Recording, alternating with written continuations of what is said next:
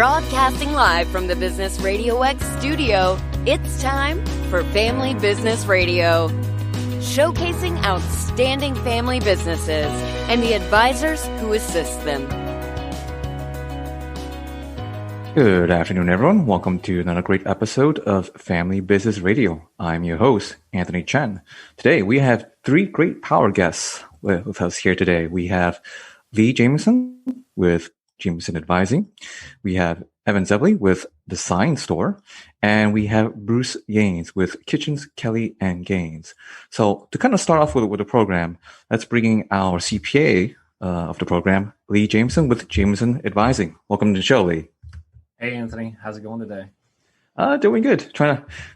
Welcoming into spring weather in February here in Georgia. Yeah, it's really nice. I just went for a little walk out. I just got back in from a walk outside, and it's just beautiful.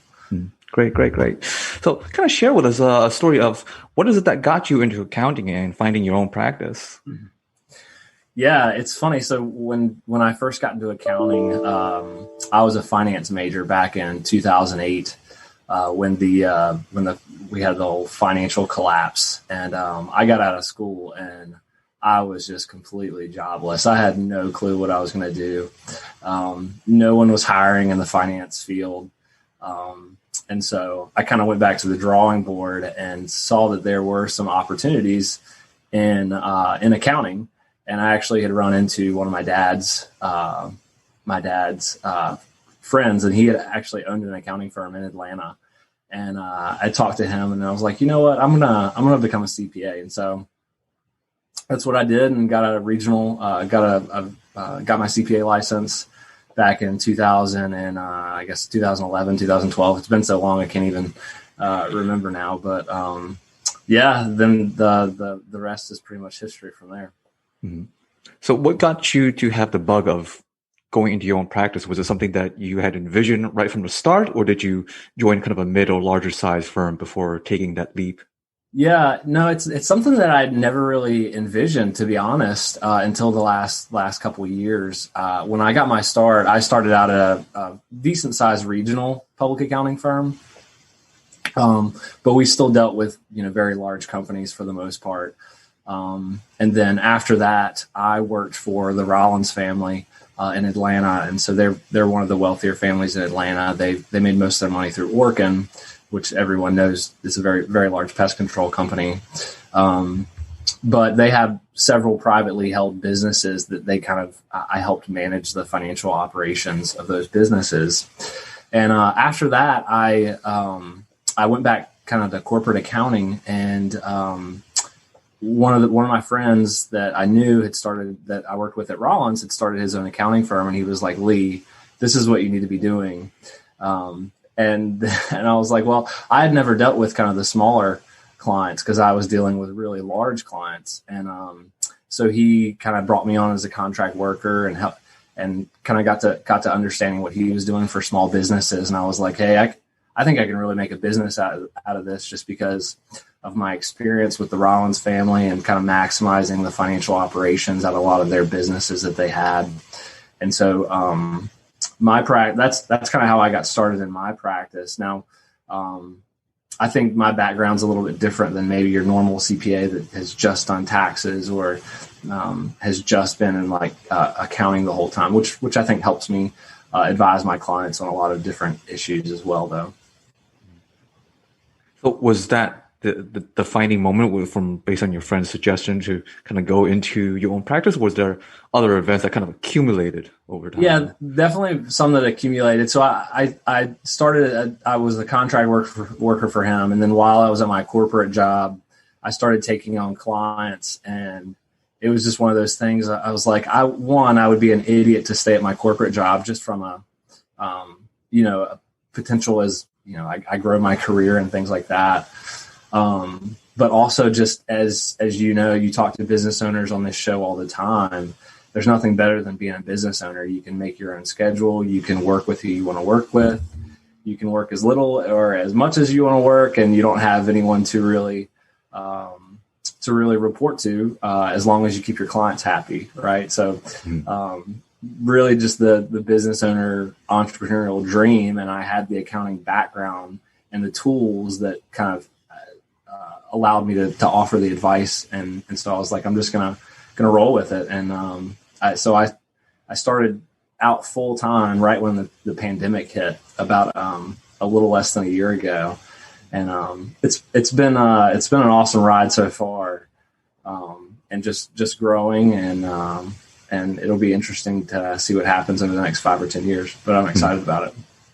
So for those who have kind of been on the fence, where they're kind of in your position, contract work, they don't have that accounting experience that you have, and they're kind of on the fence of, well, I'm not sure if I want to jump into this full on. I mean, what is kind of your advice to them that are sitting there? I mean, my advice to everyone is like, I love being my own boss, and I love being a business owner. But my advice to anyone is take whatever skill you have and create a business out of it. I know you're an advisor, and a lot goes into that. But one of the things that I've noticed over time is, a lot of people pack a lot of their wealth into 401ks and things like that, and it can be an excellent planning tool to defer taxes and things like that.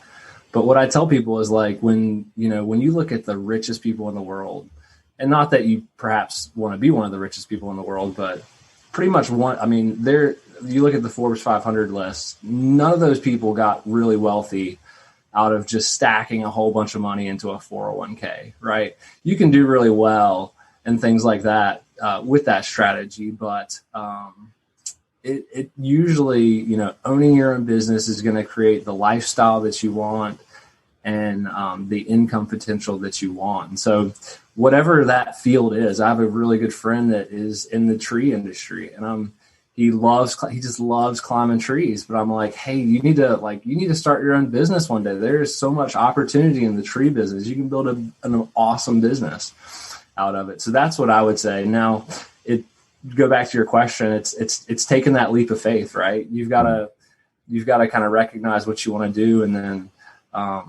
and go for it. And part of that is, as a business owner, you're typically going to take, maybe a little bit of a hit in income that first year or so. But what you've got to also keep in mind is, as you're building revenue in your business, as you're building income in your business, not only are you getting the income off of that as a business owner, you're also building an asset that you could someday sell. And so that's one thing that I talk to clients about that they often miss out on is like, hey, not only can you replace your income from maybe your corporate job or something like that, but you're really building an asset that you can sell later on in life and kind of works into your financial plan, if you will. Mm-hmm. So kind of going into the business world, as of right now, with 2020 being the way it was, and with new changes with the PPP program, can you give us a little insight or update on what the changes are? And is there any tax credits or opportunities for small businesses right now? Yeah. So this is a really exciting area right now and a huge opportunity for small business owners. One is there was a PPP change. It was actually yesterday. I haven't been able to read up much on it right now, but it looks like it's going to be really geared towards those small sole proprietors, where it used to be that you could only get, PPP funds based on your net income. They're actually going to let you get PPP funds based on your gross income, so your gross receipts, not deducting your expenses. So that could be a huge difference in the eligibility of qualifying for PPP funds.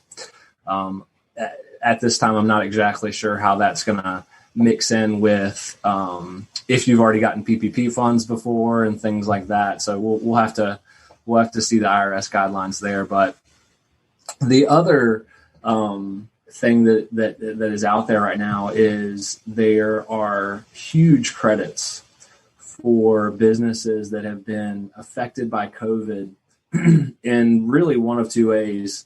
They were kind of shut down by a governmental entity for either a partial or full shutdown. So think of, restaurants, gyms, where they were, either capped membership or cap their class size, which would be considered a partial shutdown, or a business that just experimented a fairly significant drop in revenue. Those types of businesses are eligible for some huge tax credits through a program called the employee retention credit. And so that's a huge opportunity. And I think a lot of folks are missing out on that because it used to be that if you received PPP funds, you weren't eligible for that credit. But now a few weeks ago, that all changed. So even if your business was affected and you got PPP funds, you could be eligible for some really big credits. And I'll give you an example. The credit is actually worth up to $5,000 per employee in 2020, and it's worth up to $14,000 per employee in 2021. So it can rack up pretty fast. Like if you've got 6 to 8 employees, that's 30, 40 grand just like that in 2020 you could potentially be eligible for. So I would tell businesses definitely get a good understanding of what qualifies you for that, and then speak to a professional on how you can maximize those credits if you think you may be eligible, because there's a lot of money out there to help. Kind of jumping on that question is, if a business owner either was not eligible or did not take advantage or was not even aware about that credit, would this new change be allow them to go back retroactively to take the credit, or did they have to, or are they only eligible to take it from here on out? That's correct. You can actually retroactively take it in 2021. That's a good question. Thanks for bringing that up. So what you have to do is you have to amend certain returns to do that, but you definitely can retroactively get it for 2021. Another thing to be aware of is based on how your entity is structured. There's a few different variables that go into it. There are ways to maximize that credit in 2021 if you plan appropriately, and ways to maximize it are basically, how you take PPP funds, how you apply for forgiveness to those funds. And then also there's some ways to maximize it based on how you pay yourself. So there's definitely opportunities out there, and it's one of those things you definitely want to have somebody look at it. Mm-hmm, certainly. Not a DIY project at all. No, it's definitely, the PPP funds were fairly simple, like to get to, do the application. It wasn't overly complicated. This is some kind of complicated stuff because how it interacts with the PPP funds and stuff like that. Mm-hmm. Okay. So being in the business world as long as you have, what are kind of the most common mistakes you see that small business owners make? Yeah. So I think it's a couple different things. The first is really trying to understand their cash flow and how that interacts with what their financial statements say about their business. And I'll give you an example. I have a lot of clients that mention to me certain things like, they look at their profit and loss statement and it says a certain dollar amount. But what you have to realize is sometimes that amount can be misleading because of other things that are interacting with it. One of the easiest ones to understand there is, like, let's say you buy a vehicle in 1 year and you expense the whole entire vehicle in that same year you bought it. Well, if you finance it, then you're going to be making payments on that thing, on that vehicle for the next 5 to 7 years, right? So you've got to be aware as a business owner, even though you made X amount on your profit and loss, the actual cash flow that the business generated would be whatever that P&L says, less the payments made toward the vehicle. So that's that area right there, and really understanding the cash flow of the business, I think, is a very confusing area for clients to kind of wrap their head around.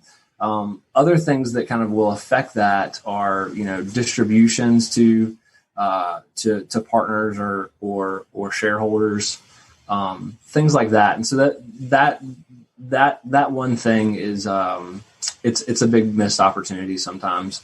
I would say the other thing is an incorrect structure in terms of how you're taxed. I see a lot of different, typically for smaller businesses, it either makes sense to be taxed as either a sole proprietor, or you could elect to be taxed as an S corporation. And I see it both ways. I see a lot of times where you're taxed as an LLC and you really should be taxed as an S corporation to maximize some tax benefits. But I also see it the other way around, where you're an S corporation and you either shouldn't be an S corporation to start with, or you're just not maximizing the tax benefits in its full potential from the S corporation. And so what I would tell people out there is do a little research in that area, LLC versus S corporation. And then if you're if you're taxed as an S corporation, ask yourself, do you have an accountable plan? That's a type of plan that will really ensure that you're maximizing some of the tax-free benefits from an S corporation. So I would say that's one thing out there for owners to be aware of. So what can a business owner do now or if any at all, to reduce their taxes? Because we did touch upon potentially going to retroactively get those tax credits. Yeah. Yes. So there's this time of year, and it's late February, and what I tell folks is really to be really good at strategically minimizing your tax liability. Is you've got to plan appropriately for it. So when business owner comes to me and they're like, "Hey, Lee, I need you to prepare my 2020 taxes," my response is typically, great, let's do it. But when it's 2 months after year end, a lot of times it's hard to really come up with some good strategic ways to reduce your tax liability because it's just too late. Whatever's been done has been done. So I would tell folks that if you've never done any formal tax planning with a CPA, then that can really save you a ton of money in taxes. And typically that type of relation will really look. It won't just be, hey, let's prepare your taxes at the end of the year. It's working proactively throughout the year, making sure that you as a business owner are doing certain things that you need to be doing to minimize your tax liability. And so I think that's the big thing is you want to make sure you're being proactive instead of reactive when you're doing your taxes. So kind of looking into the whole being proactive on tax planning and taking as much advantage as they can, or within, of course, the confines of the tax code, would that also provide value for businesses in terms of succession planning, or for, let's say, a business owner is looking to sell out? And have you been consulted or even pulled in to say, hey, I need to fix my books because I want to sell at X price, but my books aren't showing that? Yeah. I mean, it's definitely one of those things when you're starting to kind of plan and plan to sell. It's definitely one of those things you want to start looking at. You want to make sure your books are, extremely clean, because obviously the financial viability of the business is usually the key factor of what someone is buying. So it's going to be one of the first things that they look at is how profitable is the business now. And then there's definitely ways to structure not only the sell of a business on the back end, kind of the how you get the payments afterwards, or how you're taxed after you sell. But there's also some strategic things that you can do on the front end as well, just depending on a lot of different factors to really mitigate the tax liability that you may have from a sell. But yes, I would say what you were saying is you definitely want to have things much more buttoned up. And even I think a lot of the business brokers that I've seen, they'll really help folks guide them along that path of like, hey, looking at your financial statements, this looks a little messy. Like maybe you need to, maybe your current accountant isn't, exactly doing what you need, and you need to clean this up, right? So I think a good business broker should really be a really good advisor when someone is looking to sell, because I think typically they'll work with them even a couple years before the sell to make sure everything is starting to get ready. Well, to kind of close off then, for business owners, we spoke about someone jumping into the business. Now we're talking about someone on the fence that are looking to sell their business. How soon should someone come reaching out to either a business broker or someone like yourself to come in and look into the books and see what improvements they need to make prior to their sale or intended sale date? Yeah, I mean, well, I think they should be working with someone like myself just all the time. I mean, I think you need to have accurate financial statements to make good business decisions, right? So you can understand the cash flow of your business. And then, really when you own a business and you want to grow and you want to, that ultimately is a lot of times how much will depict the worth of your business. Is so the faster you can grow it, the more that you can sell that business for.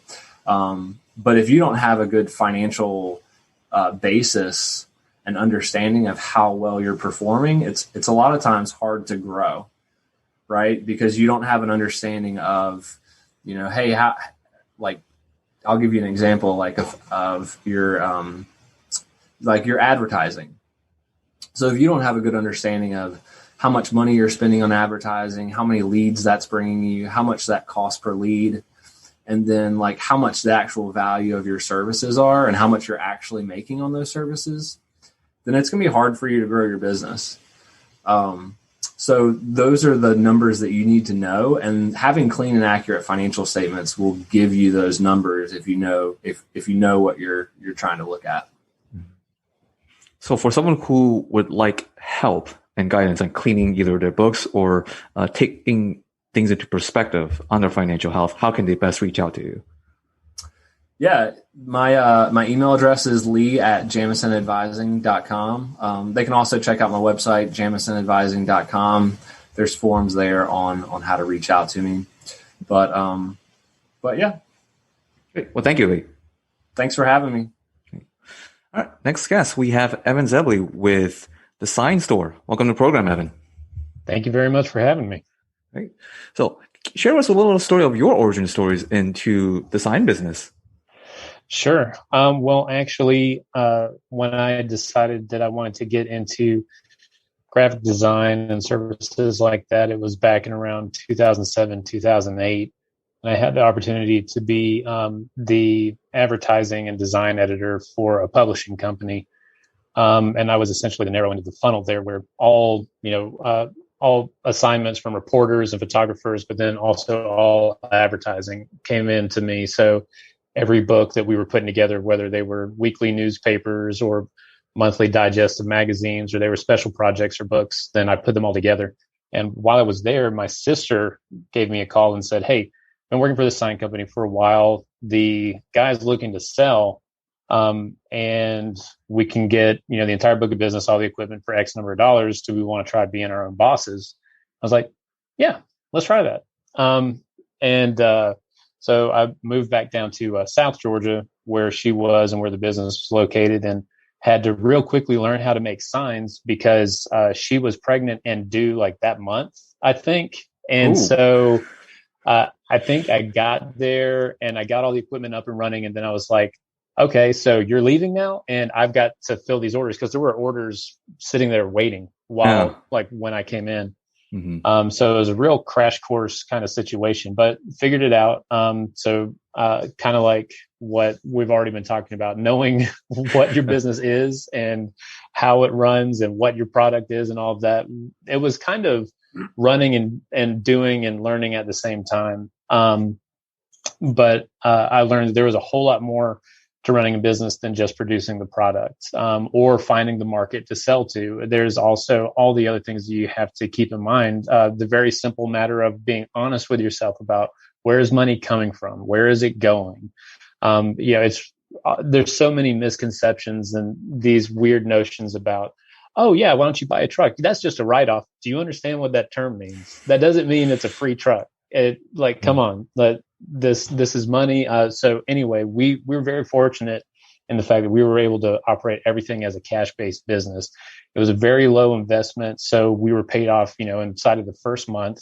We were profitable. I think we raised everything 100% for where it was the year prior of the business. By year 2, we were at 400%. And then it looked like the growth was going to keep going. But this is where my story with the family business kind of ends, is because got to the point where I realized I could be a member of that business or I could be a member of my family, but I couldn't necessarily do both. And I kind of looked into my crystal ball of the future and what do I want to be, years from now. And I want to be the guy that has the family and a good relationship with the family. So I decided that I needed to leave the business. And that just came down to what happens with a lot of partnerships, where you just have disagreements about how operations need to be run, the distribution of, assignments on who needs to do what for the business, that kind of thing.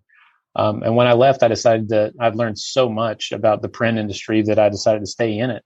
And I took a job at, not too far away, a couple hours north, at a place that they were a print shop. And I essentially became a pressman, operating, these really cool wide format machines that I never would have owned. If I had had my own business, I don't think I ever would have gotten to the point that I got to own these machines where, flatbed CNC machines that are belt fed, and then these flatbed direct to substrate printers that each machine cost about $500,000. So they were really cool, learned a whole lot. I got really into learning more about lean production and working with clients to fulfill a product pipeline. So looking farther beyond what is it to make a sign, and looking more into what is it to be a link in the product chain for a company. And so I took that experience and kept just kind of leveling up, stayed in corporate realms, but kept kind of transitioning into other companies until I wound up at the Sign Store. And I really am enjoying it. The hat that I wear here is more business development than anything else. So looking at opportunities for business growth, where do markets exist that we can put salespeople to kind of maximize our profit off of those markets, and looking at what we manufacture and talking to our team and figuring out, hey, is there a better way to do this? Or, hey, why don't we sell this thing instead of that thing? We do way better on this than we do that, that kind of stuff. But that's kind of how I got to where I am now. So you've been more or less on both sides of the fence, from between owning the business to now you're in operating a large section of the business. Can you kind of point out to our audience, what are the key differences between both? Okay. Yeah, that's great. One of the key differences that I didn't realize until after I left owning a business was, okay, well, let me put it this way. When you are an employee, there's so many things in your day that you just think, man, if I ran this place, I would do it so much better, right? Like we all think that. Well, when you are that owner and then you are earnestly trying to do your best every day, you realize that there's not that much time in the day for best kind of thinking. Really, there's basic operations that have to happen to allow for improvement. Yes, I wanted things to be better, but I also still need these things to just happen so that the business can function, so that payroll can happen, so that you can receive a check, employee. Mm-hmm. So there's that. But when I moved past owning a business, I realized I was still an operator, but I just was not left holding the money. So it made some decision making much, much easier, I found. When I was owning a business, the decision about, if we want to grow, I need to hire this person or I need to get that piece of equipment, but I'm just not sure. I don't want to spend the money. So there was a lot of hesitancy on my side. When I wasn't holding the bag and I was just the operator, it was very easy for me to just look at the numbers and be like, no, we need to do this. And I know that it's my job if I don't make it work, but I'm going to make it work. and saw immediate results. It was, increased productivity, increased margins, all of that stuff. And so it was a lot easier not being the owner to produce like the shop really needed to produce. So that was one really big difference for me. I guess some of the other differences are that, there's a big difference between, I guess the downside would be kind of the leash that you have, because really as an employee, you are part of this bigger whole organism, and you have an essential function that you must perform, and you must perform it in the category of your function, or else potentially you're not in a good team if your role isn't defined. And that's good and bad. The good parts are it allows you to do as best you can inside of your lane. The bad part is that there's not a lot of latitude. It's not up to you to decide what I can or can't do. That's up to your boss. So you might see a great opportunity, but then if your boss says, no, we're not doing that, then you don't have a choice. You have to back off. That's just how it is. But like with any relationship, whether it's with a business partner and you're both owners, or whether it's your boss or your subordinates, your team members, keeping that open line of communication is key. That's not necessarily a difference between owning a business and being an employee, but it is, I think, a key lesson that a lot of people don't appreciate is, we all take classes about relationships in our personal lives, or relationships with our parents, or we go see therapists for those sort of things. But any kind of interaction you have with somebody else on a regular basis, that's a relationship. So you need to also pay attention to your business relationships as well. They're very important. At least as important as who you have waiting for you back at home. So now that you're at the Sign Store, can you share what's attractive working at the Sign Store? Absolutely. One thing that I really like is having a lane to stick to, because when you're a business owner, especially at a small business, well, you're in charge of everything. That's so whether you're making a product, or you're scrubbing the toilets, or you're worrying about the leak in the roof, or how are we going to make payroll this week, that's all your domain. But having a lane to stick to, that allows you a lot less burden, many fewer burdens anyway. So you're able to focus and hone in on what is it that you need to accomplish. So at the Sign Store, I really like that I get to focus on business development. I get to focus on marketing, networking like this. So that's really nice for me. Rather than, as much as I want to go in the back and look at how things are made and say like, oh yeah, we could save, X number of dollars and this many minutes if we did it this way. It's not my job. So my job as part of this team is to make sure that I'm thinking about next year. Like, how do our jobs look next year? How do our jobs look 5 years from now? What am I doing to secure retirement for those people in our company that want to stay in this company and make it to retirement? It's my job to make sure there's still a business here. And I enjoy that.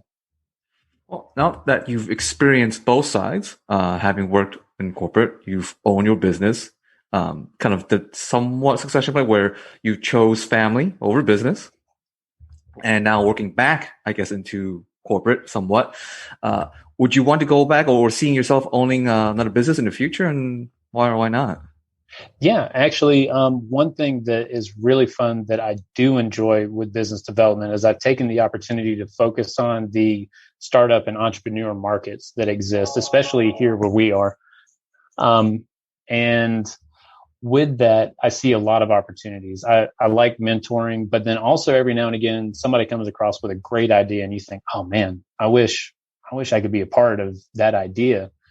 However, I also recognize that I really like my job and I want to keep it. So I don't necessarily want to just jump off of this ship, but I do see opportunities in being a partner, whether it's with somebody eventually when I have enough money to just be the money partner, or to look at the business operations like, hey, look, you are really great at producing that product. All you need is somebody to guide you on taking care of everything else. Let me be that person and I will help make sure all of that's set up. But you know how those relationships go. There's always a discussion, who's taking care of what and when and how, and then making sure that everybody is, I guess, amicable to it, because you never want to feel like you're being taken advantage of. And also you don't want to take advantage of somebody else. You don't want them feeling like that. That is not the right, I guess, mixture for a good partnership. So I guess my general answer is I like my job. I want to keep it. But if there are opportunities out there that I can do at the same time, I probably will. Right. Well, then jumping on to the personal, of you learning the lessons, playing on both sides of the fence, what will be your advice to those who are in a similar situation as you were years ago in a family business, where they have to make that choice of, do I stick preserving the family or stick preserving the business? What was kind of the key moments that played out that kind of pushed you in making the decision that you did? Yeah. So I took too many things for granted. I assumed too much about relationships and what people were thinking. The communication wasn't good enough, and it led to a point of detriment. But even more than that, I think that too many times people are not assessing their motives correctly when they're looking at why do they want to have their own business. I see, just as was mentioned earlier, that there are opportunities that somebody's really good at what they do and they could make their own business at it. But here's the thing to remember too, is how will that change your life? And you really need to talk to mentors, somebody that's already done it before, to tell you about all the things that will change in your life, so that you can look at it less of through the grass being greener on the other side of the road. Go ahead and stand in that lawn and somebody else's lawn and look at it and know, how is it really? Because to me, a core goal for any human being should be to live a life that they enjoy. So if you don't enjoy your life now and you think that owning your own business will get you there, great. If you look at somebody else that owns their own business and then you think, oh man, I never want to be that person, then don't go start your own business. Don't do it. Just do whatever you think is going to work out best for your life and for your situation. For me, my motivation was always growth. I always wanted to do better. I want to be number one. I want to go as hard as I can at whatever it is.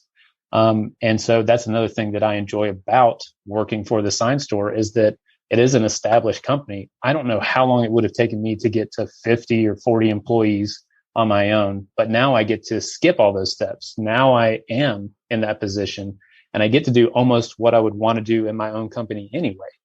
So it's just to each their own, but I would definitely look at what is the source of joy in your life. And do you think that owning a business is going to bring you that joy? Great. Well, thank you for your insights. So how best can someone find out whether do we want to produce their own signs, or some insights from Evan? How can they best reach out to you? Absolutely. Yeah. So anybody can just go to Sign Store Macon. That's Macon. That's the town that we're in. So signstoremacon.com. They can also reach out to me in social media. I'm Evan Zebley. I am the only one in the world that's Evan Zebley. I promise you'll find me. And then even if you're a small sign shop owner and you're looking on how to make larger signs, we wholesale. We'll help you out however we can. Great. Well, thank you, Evan. Thank you. Now, to kind of close off our program, we have Bruce Gaynes with Kitchens, Kelley Gaynes. We've talked about starting businesses, succession planning, so talking about mentorship and kind of now being the advisor, having seen all of this. Bruce, share us a little story of what got you into business and estate planning law. Well, actually, I started out after I graduated from law school. I took a job. I thought I would be a litigator, actually, and I thought I would do business litigation. I like getting up and talking in front of people. But I had an opportunity. There was a national CPA firm, and the head of the tax department had graduated Emory Law School several years before I had graduated there. And he was looking for an attorney to be in the tax department. He liked hiring attorneys because I think he had a big ego, and the auditors were hiring mere undergraduates, and this kind of fit his way of doing things. So he hired me, although I really didn't know a whole lot about accounting. I had some basic accounting courses, but he really hired me to do tax research, to fight with the IRS, to do things that the CPAs in the tax department were not doing. And so they were preparing tax returns. I was doing estate planning and doing the type of tax returns that they were not ordinarily doing, that weren't routine for them, that weren't routine for that matter for the department. And I figured that that would be a good background for business litigation, to be able to understand financial statements and taxes. And that was correct. But I decided, as I had kind of planned, that I really didn't want to spend my life in the CPA world. I wanted to practice law. And again, I thought when I left, I thought I would litigate. But I found that the amount of time I spent with people as a litigator was relatively small to the amount when compared to the amount of time I spent with people and doing things like planning for their business or estate planning, because I would sit in front of people and talk to them about everything they've been able to accumulate in a lifetime and the people they love the most. And that was very gratifying. And I actually found that I enjoyed the estate planning side and the planning for business side better than I enjoyed the litigation. So quite early in my career, I decided to move from litigation to business transactions, and I retired with an undefeated 1-0 record in jury trials. So that's how I got to where I am. I left the CPA firm and decided that I wanted to practice law.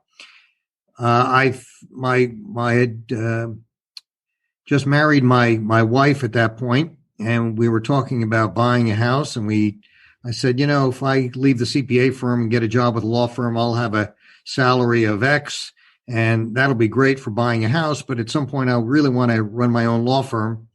And she had the wisdom to say, I've got a really good job. I can put vegetables on the table. Let's defer buying the house. You go out and start your practice, and we'll worry about getting a house later. Wow, that's quite a power team. I hung my shingle with a friend of mine, just renting space from him. Did that for a couple of years, and then a friend of mine from law school said, "Hey, let's form our own law firm." Mm-hmm. That's how it happened. Wow, that was quite the investment in wisdom on your wife's part. It was. She's always been smarter than me. So she's the actual partner. That's right. Definitely the actual partner. Mm-hmm. So looking into the future, now you've kind of experienced both going into the business, running your own practice, and being advisors for other business owners. How far in advance should a business owner even begin thinking or planning for the sale of their business? Okay, so jumping from forming their own business, which I will comment that when I was young and idealistic, I thought that all my clients could, if they had a skill, they could open up their own business and succeed, which in theory is correct. But having seen what the decisions that clients sometimes make, or the intolerance for making those tough decisions, I've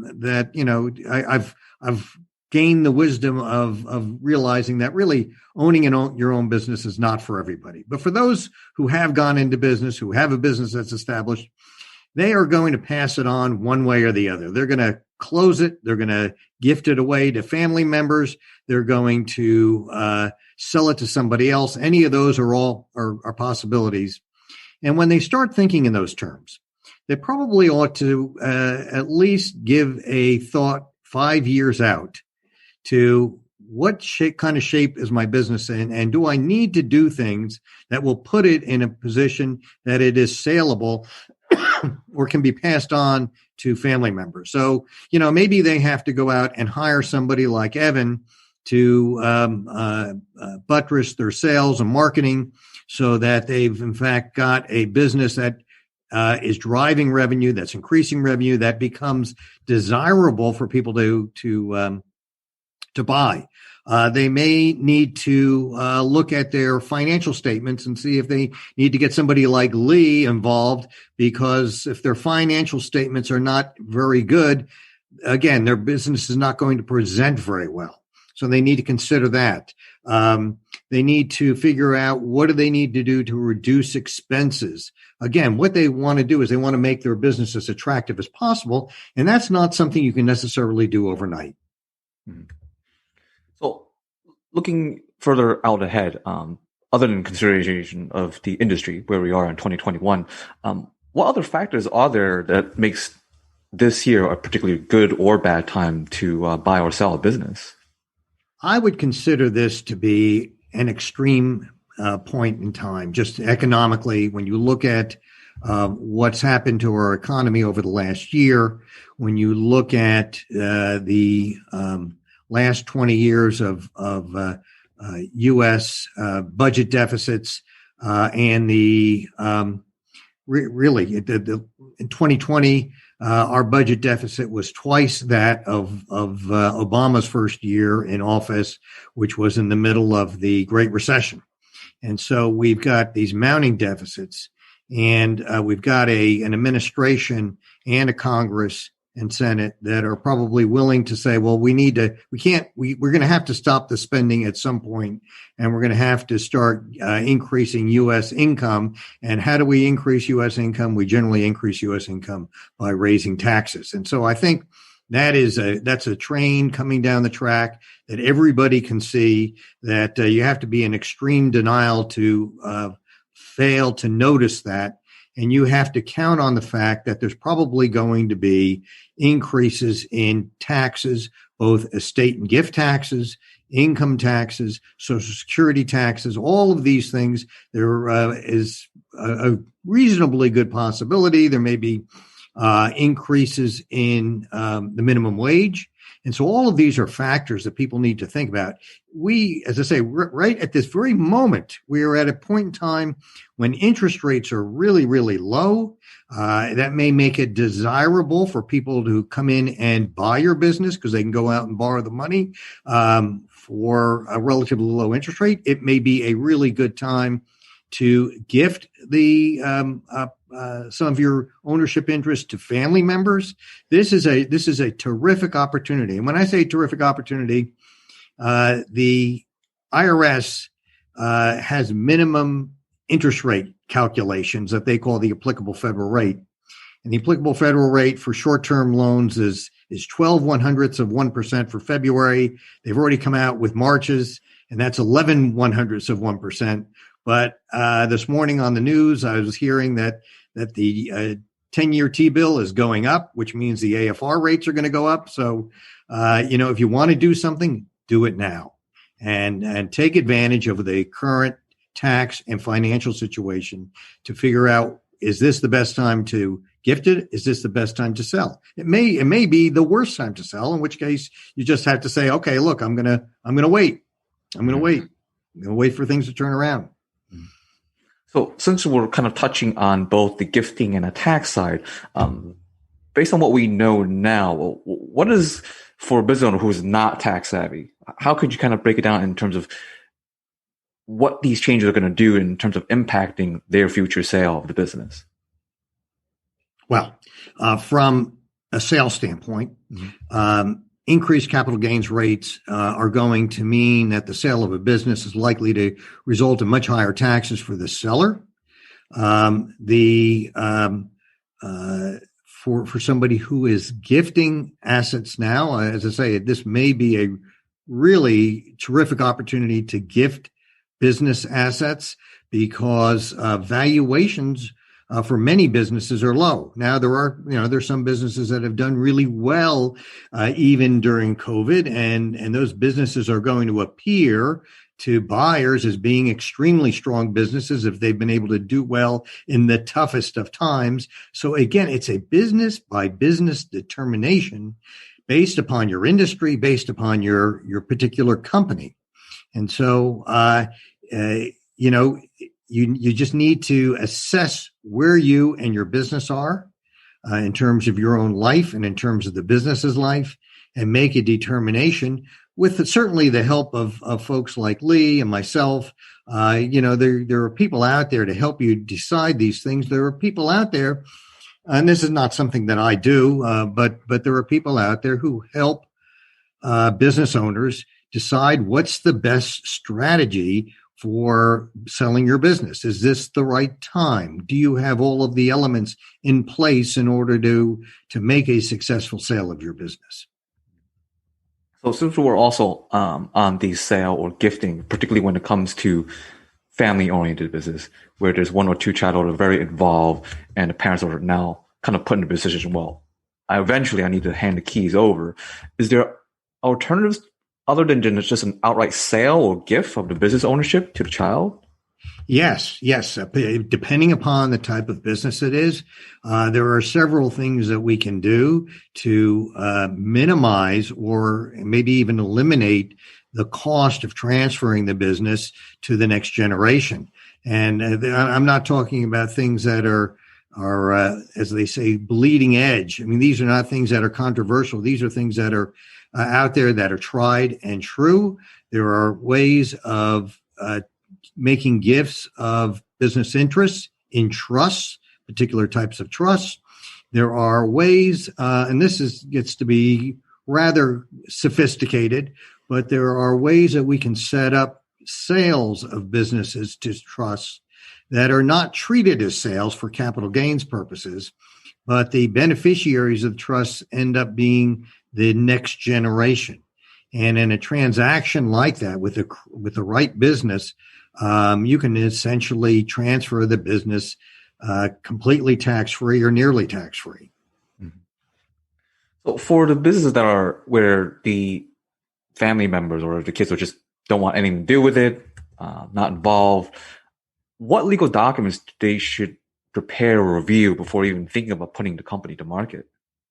Well, I think in a situation where you may have some family members in the business and some family members out of the business, the first thing you need to recognize is that you may have really given a step up, or maybe giving a step up, even if you hold the business for the rest of your lifetime. And, you need to figure out how you're going to organize your will and trust so that you treat your family the way you want them to. And for most of my clients, that means treating everybody more or less equivalently, although not equally, because the person in the business, they want to own the stock in the business.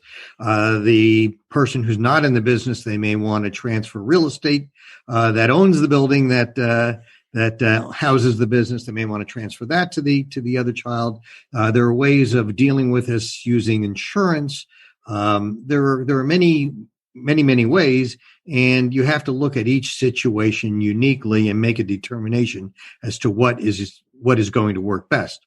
In addition, particularly when you've got family members, it's really important to think about what's going to happen when the patriarch or matriarch is out of the business, because frankly, that's frequently the glue that keeps the family together.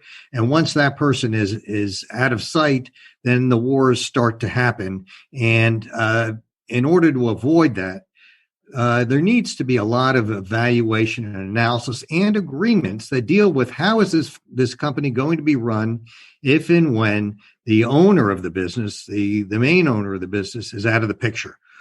Who's going to have what position, who's going to have which ownership interests, what's everybody's role going to be.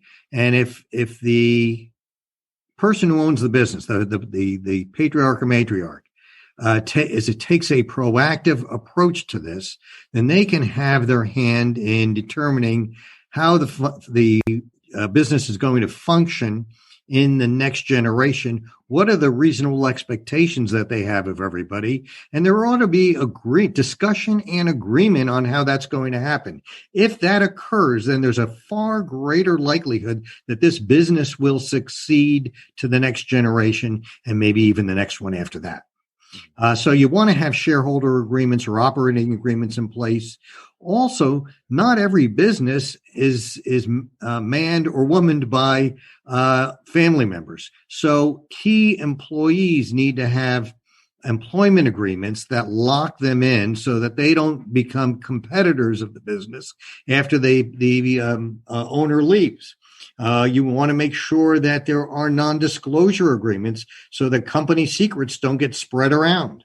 You want to make sure that and this is something in particular for sales of business, and business is not just gifts of businesses. You want to make sure that you've done an adequate job, a good job actually, of protecting your trademarks and intellectual property, because that is something that if you haven't locked that down, somebody else can take away and drain the entire value of your business. So those are the many things that you want to think about. You want to think about what kind of contracts do I have? What kind of contracts do I need? And I imagine from everything that you've just listed off, it's really just scratching the tip of the iceberg. This is not something a business owner should try to venture into going online and figure out for themselves on Google. It's not I find that things that you're doing once in a lifetime are not things that you want to do it yourself with. There are people out there who specialize in it. You're not going to, by the time you spend your time learning enough, you could have paid for several times over the expertise that's readily available out there, and you're probably not going to do as good a job as they could have done. Mm-hmm. So kind of closing into talking about selling the business, and now we're with the patriarch or the matriarch kind of deciding what direction, who's going to be the deciding successor going forward. What are the advantages? Is there still any favorable tax laws for the owner to go through that process and still retain some form of full ownership of the business? Well, there are a lot of lessons that I've learned from watching my smartest clients, and when they set up their business to sell it, the really smart ones, the ones who really realized that nobody really could operate the business as well as they could, they frequently maintained control. One, to help the business and help perhaps the next generation make sure that the business is successful, because many of my clients are as concerned about their employees who have spent a lifetime in their business helping them build the business as they are about making money. And so they want to make sure that the business is successful. Other situations, I had a situation where a publicly traded company approached my client and wanted to buy out my client, but they couldn't agree on purchase price.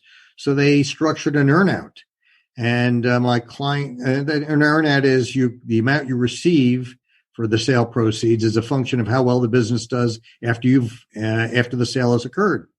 And he was smart enough to structure this in a way, because he knew that nobody could run the business as well as he could, that he needed to maintain control, because if he lost control during this earnout period, the company would never earn as much as it really potentially could. And so he maintained control through stock arrangements and maintaining the CEO position of the company for the full 5 years of his earnout. Within a year after he left, the company went from a highly profitable company to one that was losing $1 million a month. And so he was really smart to have done that. And so, a lot of times the way you structure a business is got to be smart, and has got to take advantage of the experiences that people have had with respect to these kind of sales, and even gifting. Again, sometimes you want to maintain control, and frequently what we do is we may give away. If we're going to do a gifting program, we may create a second tier of non-voting stock, give that away first. Not only does it not take control away from the original owner, but it can also give us a position for reducing the value of the gifted stock, so that there's less paid in the way of gift or estate tax. Right. Well, that's, again, as I mentioned, it feels like we're really just scratching the tip of the iceberg, and this is absolutely not something someone should try themselves. There are a lot of tools out there that can legally be used to reduce or eliminate the taxes, and people just need to be aware of what they are before they venture into these. And the best way to do that is to hire people with expertise.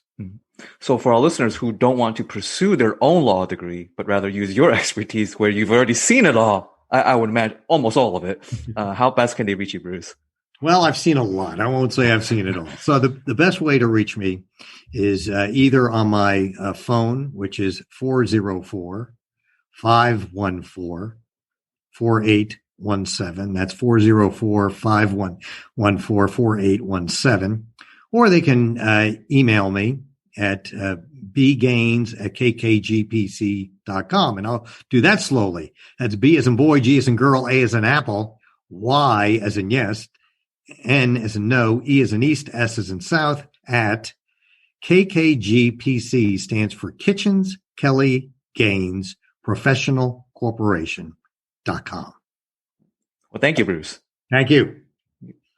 So we're closing out our program with a little quick change. I'll be asking our three guests one universal question and giving them some time to think it over before putting them all on the spot. So I'll be so the question for our three wonderful guests are: having experienced either oneself going through creating a business, leaving the business, or being a mentor and advisor to other businesses, having going through the whole process, what is one or two key lessons that you see very common that differentiates a successful business owner and a not so great successful business owner? So we'll give them time to mull it over. And as, of course, for my little bit of a disclosure, this show is sponsored and brought to yours truly by myself, Anthony Chen, with Lighthouse Financial Network. Securities and advisory services offered through Royal Alliance Associates, Inc., RAA, member FINRA SIPC. RAA is separately owned, and other entities and or marketing names, products, or services referenced here are independent of RAA. Our main office address is at 575 Broad Hollow Road at Melville, New York, 11747. You can best reach me at 631-465-9090. My extension is 5075, or my email, which is just my phone name, Anthony Chen, last name spelled CHEN, at lfnllc.com. That is Larry, Frank, Nancy, Larry, Charlie.com. So bringing in our three guests coming back. Again, question is, based on of your experience, what are the key signs or hallmarks that you observe from your experience that differentiates a great business owner with a not so great business owner? You want to ask one of us first, or should I jump into this? You could jump right in. You volunteered yourself. So I think the first thing, the most important thing, bring it down to one word, is listening. They need to listen to their employees, because their employees know an awful lot about how their business runs and whether it's running well or running not well or could be improved upon. And frequently that takes soliciting the opinions of the employees, not just waiting for them to come to the employer. A lot of times employers just don't have the self-awareness to realize how intimidated their employees really are sometimes about talking to the business owner. They don't want to bring up bad news, etc. So the employer really should seek out that kind of advice from their employees. They also should be listening very, very carefully to their customers. Their customers will tell them how well they're doing, or if they're not doing, or what they should be going, what products or services they should be offering or not offering. Listen to them, see where they are asking, what they're asking questions about, and try to fulfill their needs in advance. Another thing that they ought to do is they ought to listen to their advisors. The advisors come with expertise. That doesn't necessarily mean that they listen to, or they do everything their advisors say, but they ought to seek out that expertise because it's there and take advantage of it. And then lastly, they ought to listen to themselves. They ought to think about themselves, about what sort of creative things they can do in order to improve their businesses, and listen to themselves. Don't be afraid of taking chances, as long as the chances are not business wreckers, but they are moderated. That's what I'm thinking, is they just need to listen. Great. Well, thank you, Bruce. So I think that the whole employee bit kind of segues perfectly to Evan. So Evan, you might not have to ask the owners to listen to this episode. No, I agree very much with that statement. That listening is very important, and plenty of anecdotes to go along with that. But I deal and interact many times with smaller businesses that are, whether they're 2 employees or 30 employees, they're generally sole proprietorships. They are, as in that they're just one person in charge. They're family kind of business. And something that seems to be overlooked a lot is listening and looking to, this will be a good segue, at the numbers. Just literally, like, if your numbers are entered correctly, that you're not fluffing things here and there, that you're not thinking, oh, well, this expense was actually less than that, or, oh, you know what, this sold for more than that. If your numbers are real, you need to look at those. You need to we all want to feel like we're successful. Some people do that by buying things. Some people do that in payroll. Some people, however, but you need to be honest with yourself about the performance of what's going on. Yes, you can listen to that. And then that definitely is a huge, great thing to do. The other thing is like, look. So I guess that leaves us we've got listen and look. So the next thing is what? Are we going to taste how we'll close this out, Lee. We went from to listening to now the numbers. So that's all in your field, Lee. I was actually, I don't know if I can change it on the spot here, but I was actually going to say perseverance. I think when you start your own business, as Bruce can probably attest to this when he started his own law firm, you're gonna go after business, and people are gonna turn you down, and it's just, you got to roll with the punches, even though deep down inside, like, you can probably do amazing things for that business, and that their current person that they're using for whatever is probably not doing that good of a job, and you could do better. But the fact of the matter is, you're just not going to win them all. And that can be sometimes, it can be a little defeating sometimes. And so I think you have to roll with the punches. And there's plenty of clients out there, that really need what you sell. And, you just got to recognize that. And, if you keep doing a good job for your clients, then word will spread, and everything will take care of itself. But when you first start out, it can be tough, from just not having any clients, and you somewhat fake it till you make it, right? So that's what my advice would be. Well, thank you. So we've got listen, look, and perseverance, or grit. Yep. Great. Well, thank you, gentlemen. Thank you for coming into the program, and listeners.